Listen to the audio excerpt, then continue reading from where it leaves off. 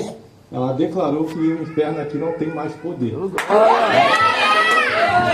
está acontecendo, acredito que isso aqui vai ficar pequeno, vai estar pequeno, porque quando Deus ele faz, ele entra desta forma. Uma forma que nós não conseguimos mensurar o poder dele. Então, no capítulo 5, Êxodo 1, a partir do versículo 5. Os descendentes diretos de Jacó eram 70 pessoas ao todo. José, o outro filho, já estava no Egito. Mais tarde, José e todos os seus irmãos morreram, e também todos os outros da geração. Mas os descendentes de Jacó, os israelitas, tiveram muitos filhos e aumentaram tanto que se tornaram poderosos. E eles se espalharam por todo o Egito.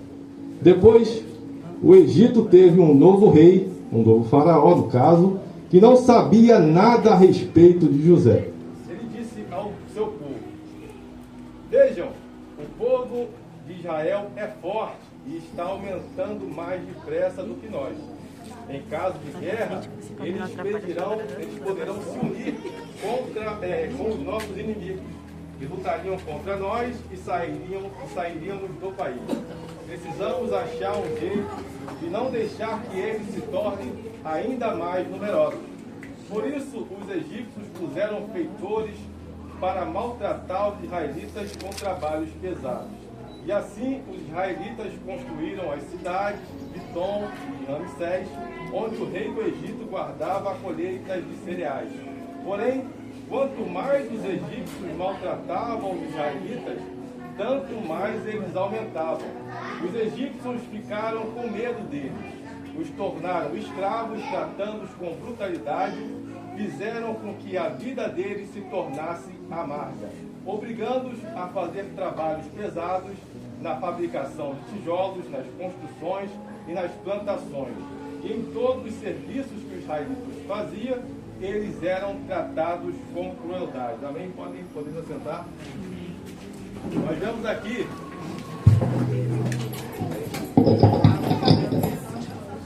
Então nós vemos aqui que está contando a história. Nós sabemos a história de José. E José, dentre os seus irmãos, foi o que foi escolhido. Como Deus tinha um propósito na vida de José, ele, por ter sonhos e contar para os seus irmãos, nós sabemos que a história é que seus irmãos sentiam inveja, de José, e fizeram arapucas para que pudesse matar José, jogando ele no poço e vendendo ele, e ele foi parar no Egito. E nós sabemos tudo o que aconteceu no Egito, com José se tornando governador, prevendo ali através de sonhos, revelando o sonho de Faraó, dos 7 anos de vacas magras e os 7 anos de vacas gordas. E nós sabemos disso. Mas antes podemos voltar um pouquinho e saber aonde isso começou. Isso começou lá atrás, quando Deus chama Abraão e faz uma promessa a Abraão. Abraão, eu te tirarei dessa terra. Aleluia! No coração de Abraão. E Abraão, ele não se prende. Ele não se pergunta, mas será que eu vou deixar para trás tudo que eu tenho aqui? Abraão simplesmente ouve a voz de Deus e obedece. E Abraão parte para um propósito que Deus estabeleceu através da sua vida. Mas nós vemos que Abraão, assim como todos nós, somos um canal de Deus. O que é um canal de Deus? Nós, quando olhamos para o rio, um canal é onde a água passa e flui. Mas cada um de nós, se botarmos um atrás do outro e se tornarmos canais, muitos de nós vão começar a ficar para trás. Porque o objetivo do canal não é que o canal seja reconhecido, não é que Abraão seja reconhecido, aleluia! Não é que Jacó, que depois seja reconhecido, não é que Isaac seja reconhecido, mas Abraão, Isaac e Jacó são canais para que o propósito de Deus que foi lançado através dele se cumpra. O propósito de Deus é o importante. A visão de Deus é importante e o objetivo de Deus é o que tem que ser realizado. Então Deus começa a escolher homens, começando com Abraão, depois passando por Isaac, depois passando por Jacó e chegando a José, aonde Deus deixa um período parado, porque o propósito de Deus era que Abraão saísse para alcançar uma terra. Mas quando chega aí em José, Deus fala, não, preciso tratar no Egito, porque Deus tinha um propósito ali no Egito. Deus não levou José para qualquer coisa no Egito, não levou José para o Egito por qualquer finalidade. Mas a finalidade de José está no Egito. Aleluia! Porque primeiro, Deus queria mostrar que o Egito diante de Deus não é nada. Aleluia! Deus queria mostrar para Faraó que o seu poder era momentâneo e temporário. Aleluia! E Deus também queria que os israelitas saíssem com ouro, com prata, porque ele sabia que na caminhada e nessa nova terra, eles precisariam de materiais para construir, para edificar. E Deus leva o povo para o Egito. Mas quando chega no Egito, nós sabemos que José foi próspero e ele traz Jacó para morar em Israel. E quando José traz a sua família, o que acontece? Passa um período, passa um tempo, e a Bíblia diz, como nós lemos aqui, que José morre e os seus irmãos também morrem. Mas lembrando que Jacó, antes de morrer, ele fala para José, José, o dia que eu morrer, não deixe eu ser sepultado neste lugar, mas me sepulte aonde Abraão comprou um pedaço de terra, aonde sepultou Sara, aonde ele foi sepultado. Aleluia! Eu também quero ser sepultado. Porque Jacó entendia que o Egito não era a finalidade e ele não poderia ficar ali porque não era a promessa de Deus. Aleluia! Então, José, ele pega Jacó e enterra aonde Jacó lhe pediu. E quando José morre, nós vemos que no decorrer da história, Moisés entra também. Então José morre, os seus irmãos morrem, mas os israelitas começam a entrar numa zona de conforto. Porque o faraó que surge, ele não conhece José. E também os israelitas que surgem após a descendência de José, começam a ficar acostumados com a abundância. Então Deus tira um período a mão e deixa que Faraó comecem a maltratar os israelitas. Porque se Deus não faz isso, eles na zona de conforto ficariam ali para sempre. E esse não é a promessa que Deus faz para Abraão. Então, Deus tirando a mão, os egípcios começam a maltratar os israelitas. Ao ponto que eles começam a clamar a Deus por um socorro. Aí Deus envia quem? Moisés.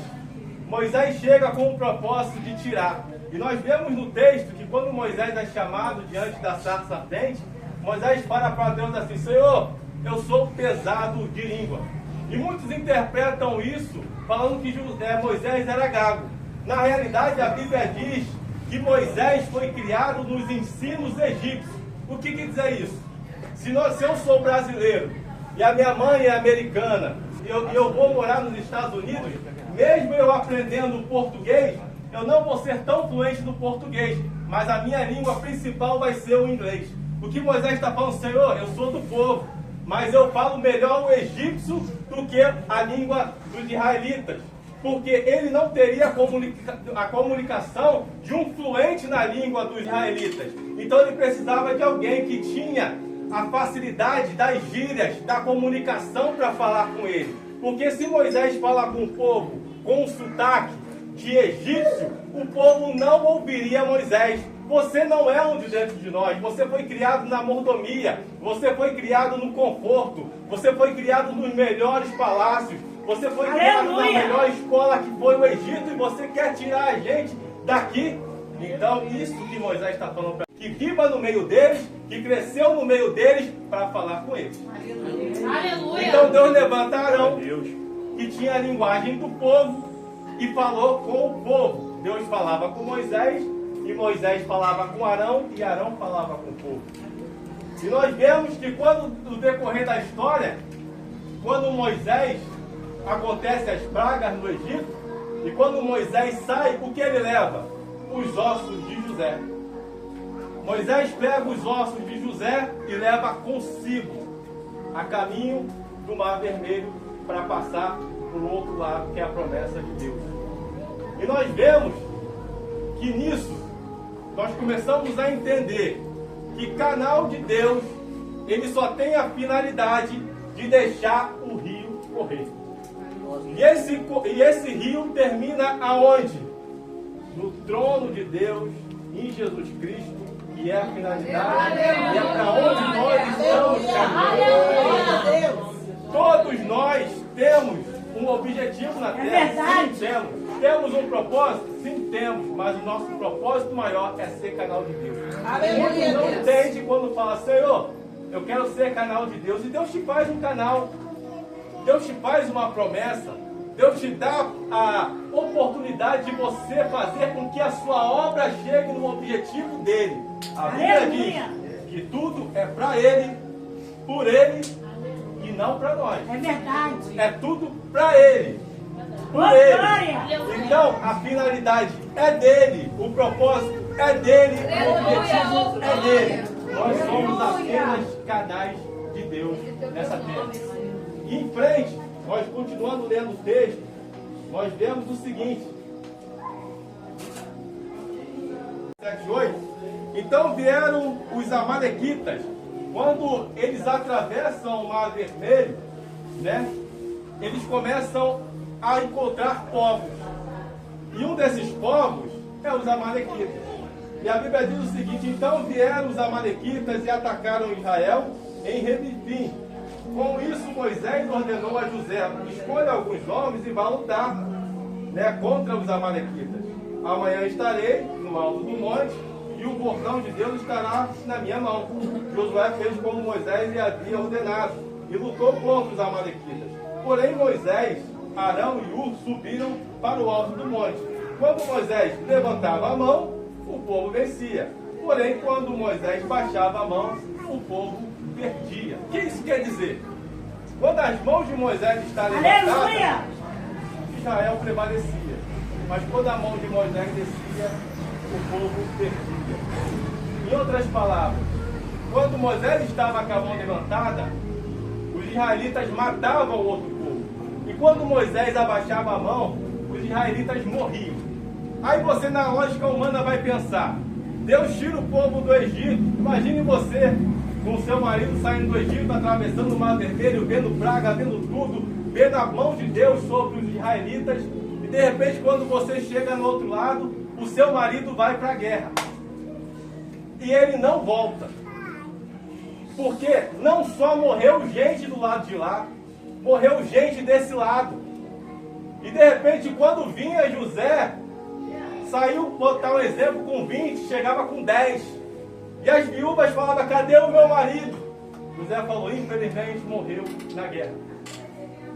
E imagina a mente dessa mulher pensando: mas Deus tirou a gente do Egito. Diante de tantos milagres, Deus não podia matar os amalequitas? Deus não podia simplesmente exterminá-los com uma palavra, assim como fez no Egito? Mas aqui é diferente. Deus está mostrando o seguinte: eu dou a terra, mas quem vai lutar são vocês. Porque vocês são canais. E canais são mortais. E se você se disponibilizou a fazer a obra de Deus, não quer dizer que a promessa que começou em Abraão vai terminar em Abraão. Não quer dizer que Deus prometeu a Abraão que Abraão vai entrar na terra. Mas Abraão foi um canal para que sua geração entrasse na terra. Glória a Deus! Isaac foi um canal para que Jacó conseguisse entrar, né, no seu objetivo, até chegar em José, até chegar a Moisés, até chegar em nós. Para nós estarmos aqui sentados, alguém morreu em nosso lugar. Os discípulos pegaram uma estrada que não tinha asfalto, era mato. Eles tiveram que cavar, tiveram que batalhar, tiveram que construir para que a igreja hoje pudesse entrar e passar numa estrada asfaltada. Na vida, pessoas vão morrer para que o objetivo de Deus seja cumprido. Porque quando nós entendemos o que é ser canal de Deus, é entender que o propósito de Deus está maior e é maior do que nós. Nosso objetivo na terra é levar a palavra, é estender o propósito de Deus até que Ele venha. Eu não sei se vocês conhecem, se vocês pesquisarem no Google, tamareira. A tamareira, ela, para dar o seu fruto, ela leva de 70 a 100 anos. É injusto, né? Eu planto uma tamareira no meu quintal para, de repente, os meus filhos comerem. né? Se nós comemos a tâmara hoje é porque uma geração passada plantou, sem poder provar do fruto. E o que acontece hoje é isso. Se nós estamos aqui colhendo a boa parte, é porque homens plantaram lá atrás, não tiveram a oportunidade de provar do fruto. Mesmo eles recebendo a recompensa do céu, mas nós sabemos que também gostariam de receber a recompensa na terra. Quem não gosta, né, de poder ver, poder ter estado com Jesus, assim como discípulo? Muitos profetas falaram até na Bíblia, gostaria de viver esse momento, mas não tiveram oportunidade. Então, o Evangelho de Deus é uma construção do caminho aonde nós não somos o protagonista. Nós não somos as pessoas que muitas das vezes vão ver acontecer a bênção que Deus prometeu para nós. Às vezes nós não entendemos que Deus nos faz uma promessa e ela não se cumpre no nosso tempo, mas se cumpre no tempo dos nossos filhos, às vezes na vida dos nossos netos. Embora você não esteja nessa terra, a palavra de Deus é um Deus eterno e se cumpre mesmo nós não estamos aqui. Nós vemos acontecer toda hora na Bíblia, né? A promessa de Deus se cumprindo, mesmo nós não estamos nessa terra. Porque o propósito, os planos de Deus, eles são maiores do que o nosso. E quando nós tentamos entender o propósito de Deus com a nossa mente humana, não entra. A Bíblia diz, ora, o homem natural não compreende as coisas do Espírito de Deus, porque ele parece loucura e não pode discerni-las. Porque as coisas espirituais se discernem espiritualmente, mas aquele que é espiritual discerne bem tudo. Quem conheceu a mente de Cristo para que possa instruí-lo? Mas todos nós temos a mente de Cristo. Glória a Deus. Então, quando você começa a levar isso para o plano espiritual, porque a Bíblia diz que Deus é espírito, né? Embora estejamos numa carne, mas nosso Deus é espiritual. E tudo que ele faz é espiritual. Então, aleluia, o ataque do inimigo, ele começa sempre no plano espiritual e reverte para o plano físico. Porque quando você não entende que o ataque vem do espiritual e ele remete para o físico, você não sabe de onde você está sendo atacado. Mas quando você começa a tampar as brechas e começa a se cercar de escudos, que escudos? Eu costumo dizer, quando eu servi o exército, né, um soldado disciplinado, que realmente aprende as palestras, aprende a finalidade, por que você está servindo, você conhece as armas que você tem. Lá no quartel eu tinha um cinto suspensório. E no cinto suspensório eu tinha vários itens. E esses itens, ele é necessário. E um bom militar sabe para que serve cada item do seu cinto. E eu, como um bom militar, como sempre fui, eu sabia para cada finalidade que eu tinha no meu fardamento, né? E o servo de Deus é a mesma coisa. Nós temos armas, mas muitas das vezes não sabemos usar elas. Jesus! E às vezes nós começamos a clamar a Deus, Senhor, me ajuda, me livra. E Deus está lá em cima, eu já te ajudei, eu já te livrei. Olha para o seu cinto, olha para a sua armadura, aleluia, olha para a sua estrutura, está tudo aí. Deus, ele nunca vai fazer aquilo que nós podemos fazer. Verdade. O que Deus está falando na palavra para Israel, eu não vou lutar as suas guerras. Eu já dei a terra. Agora quem vai lutar e quem vai morrer são vocês. Glória a Deus. Então temos que nos preparar.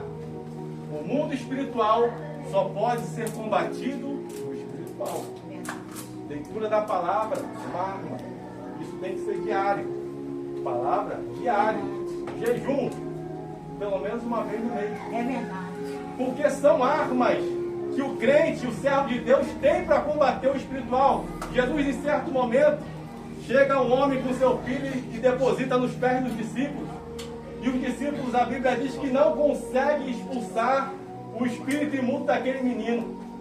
E aquele pai chega para Jesus e fala, Senhor, me ajuda. Por quê? Os seus discípulos não conseguiram expulsar o demônio do meu filho. Jesus olha para os seus discípulos e fala para ele, até quando eu estarei com vocês? Meu Deus, aleluia. Jesus fala, traz-me o menino. Trouxe o menino, Jesus mete a mão no menino e expulsa o espírito imundo. Mas antes do espírito imundo sair, a Bíblia diz que o menino rola.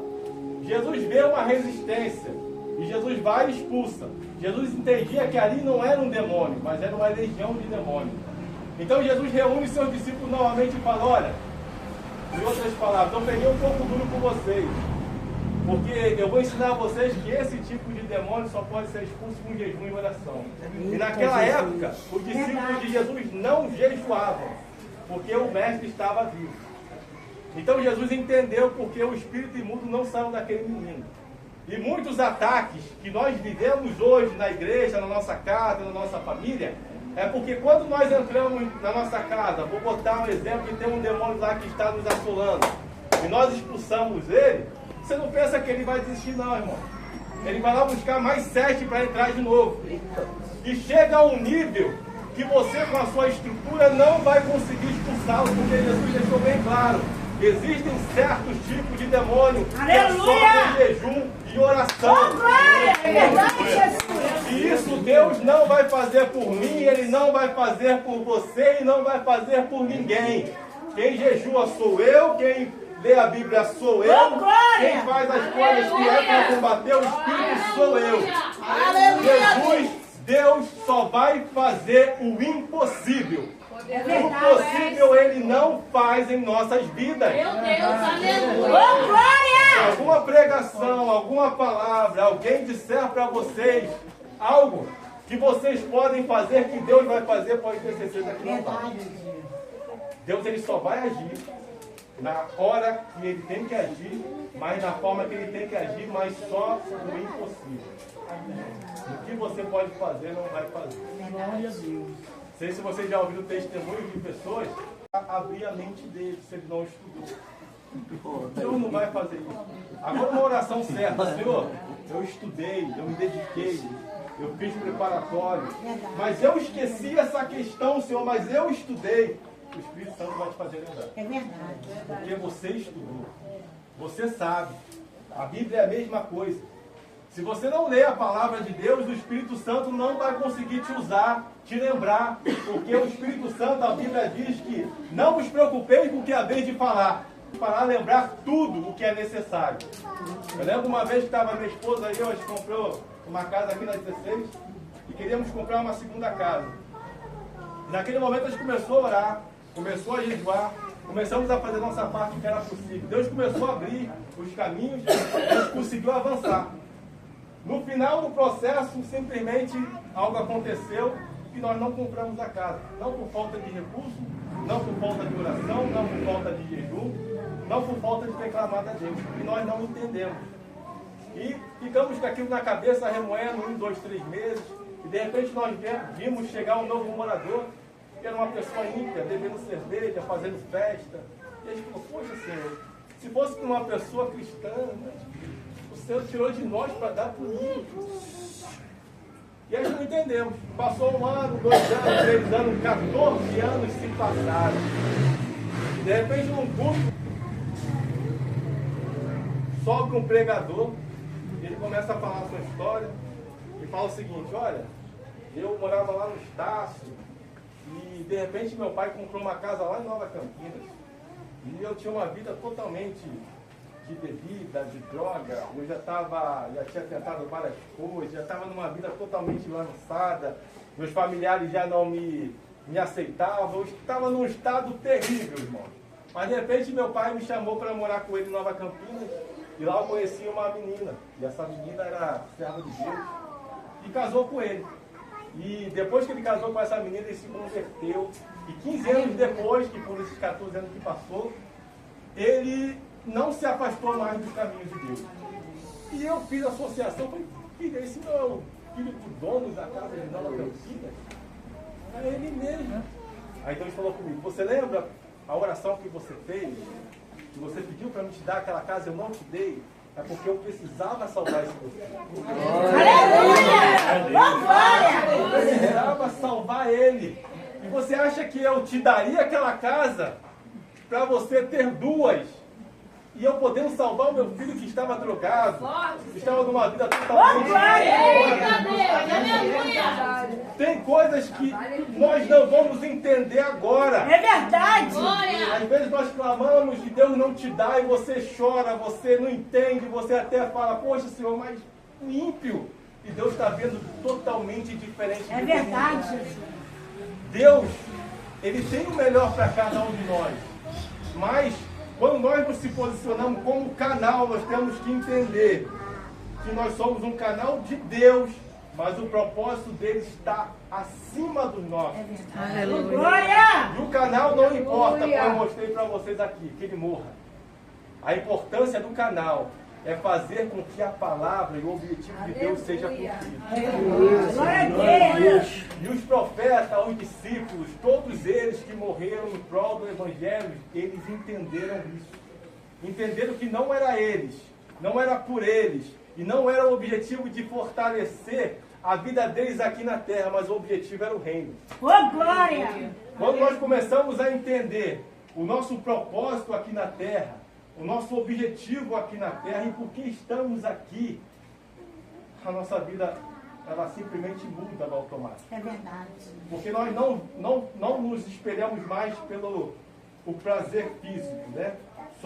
Pelas bênçãos financeiras, pela uma boa casa, um bom carro, mas, né, o propósito de Deus ser feito nessa terra. Aleluia! Então, quando nós começamos a compartilhar isso com pessoas, e fazer com que essas pessoas entendam o objetivo e alcancem o propósito, amar vidas, né, alcançar vidas, ganhar vidas, né, porque o que nós podemos levar para o céu, o mundo, ele coloca uma frase clichê para que você acredite.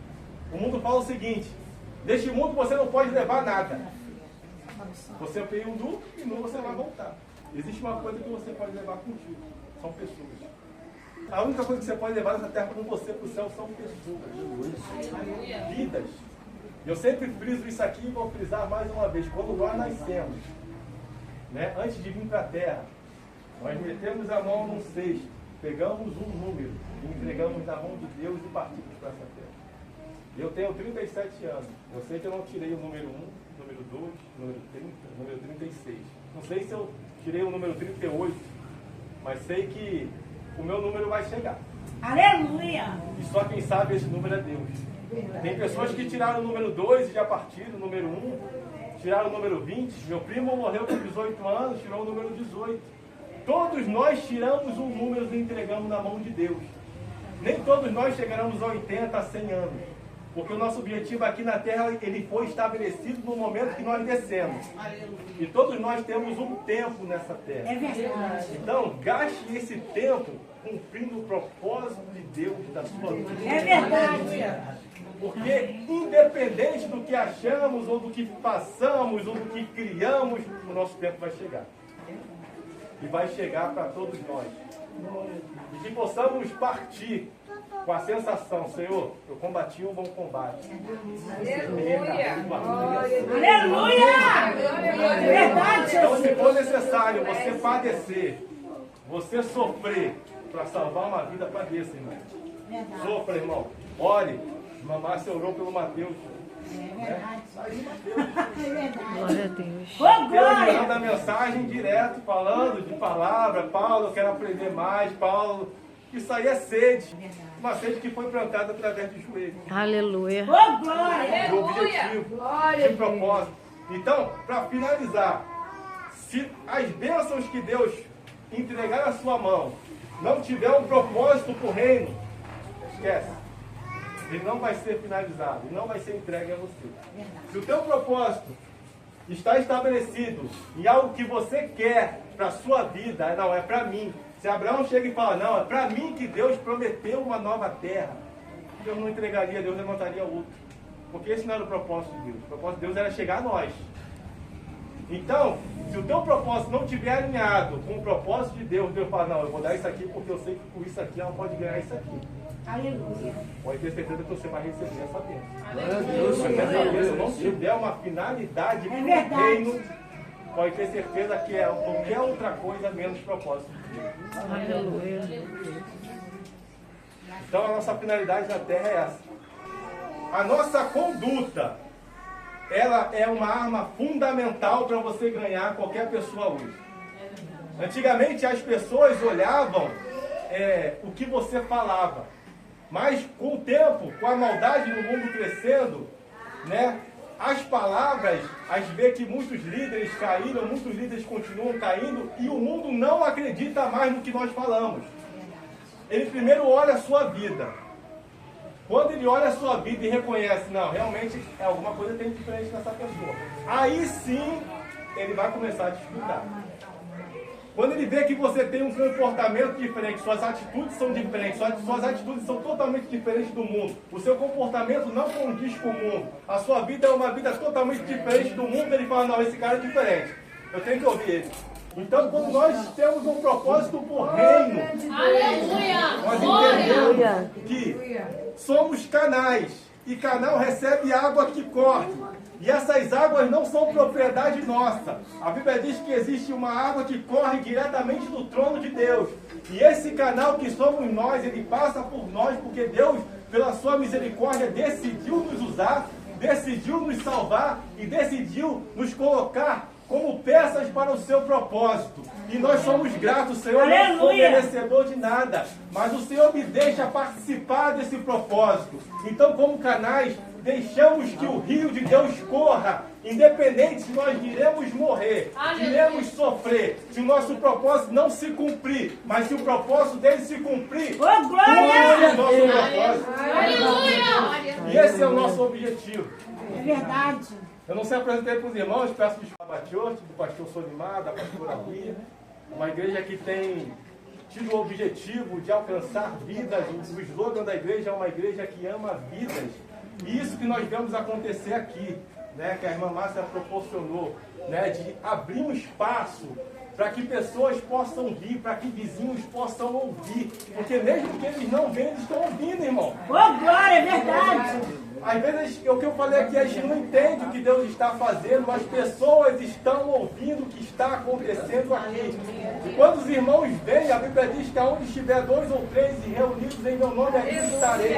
Então a presença de Deus está aqui, abrangendo essa região, porque nós sabemos que o inimigo, ele trabalha em regiões. O que acontece?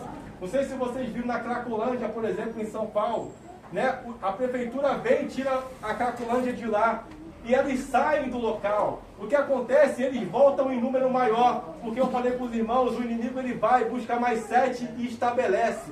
Então, quando você firma um propósito igual a Márcia fez aqui, né? A dona Vera abriu a casa dela e ela expulsou o inimigo, mas aqui está firmado algo, porque o inimigo não pode voltar. Mas se simplesmente a dona Vera abre a sua casa e faz um culto, os irmãos vão embora e termina, o inimigo volta mais forte. Mas quando ele volta, ele vê cada vez mais o número de irmãos crescendo, né? E se expandindo. Isso começa a assustar o inimigo. Poxa, eles estão crescendo, eles estão expandindo. Nós temos que chamar mais 7. Mas quando ele volta com mais 7, aqui tem mais 10. E vai crescendo numa proporção que ele não consegue mais dar conta. E isso aqui vai expandindo o que a igreja está fazendo lá. Existem barricadas em Nova Campinas. Mas essas barricadas, elas estão estabelecidas porque o inimigo tem ponto de controle. Ele não quer perder o controle, assim ele faz na nossa vida. Mas como nós começamos a nos encher e estabelecer pontos fixos em nossas vidas, como eu falei, uma leitura da palavra, um jejum, uma oração, e você começa a fazer isso de forma cotidiana na sua vida, estabelecendo um propósito, firmando, o inimigo ele não vai achar espaço. Ao contrário, ele vai falar, eu não posso lutar contra ele. O objetivo do inimigo vai ser mudado. Sabe qual vai ser o objetivo do inimigo? Eu preciso matar ele. Porque ele eu não levo mais. Então ele morto para mim é mais eficiente. Porque ele morto ele não vai ganhar outra vida. Mas Deus falou, ele não morre. Porque eu estabeleci uma meta. Mas Deus falou, não vai. Porque ele estabeleceu um propósito. Se ele estabeleceu um propósito, ele está diante do olhar meu. Ele está diante do meu objetivo. Ele só vai morrer quando o objetivo dele for. Então, dá prejuízo para o inferno, não aceite, se estabeleça, se firme, né? Se pronuncie como Senhor, eu estou aqui para fazer a sua vontade, independente do que aconteça, independente do que eu perca, independente de para onde eu vou, igual Abraão, se eu vou para outra terra, para outra parentela, não importa o meu conforto, mas importa que a sua palavra, o seu propósito seja cumprido, ainda que ganhe uma vida teve um pregador na sua vida, na sua história, que ele ganhou uma alma para Jesus. E essa alma ganhou milhões para Deus. Uma alma vale mais que o mundo inteiro. Quando Deus fala isso, nós não entendemos. Porque uma alma ganha milhões. Aleluia. O inimigo sabe disso. E para finalizar, eu quero deixar aqui para os irmãos o propósito. E a responsabilidade do propósito é a finalidade. Como falamos de propósito, Deus, quando Ele criou os anjos. E os anjos têm os seus propósitos. Qual é o propósito do anjo? Batalha, luta, defesa. Né? Quando nós oramos, a Bíblia diz que Deus enviará os anjos a nosso respeito para que nos guardem todos os nossos caminhos. Então o anjo tem uma finalidade. E isso nós vemos, por exemplo, quando existe, a Bíblia fala que teve batalha no céu.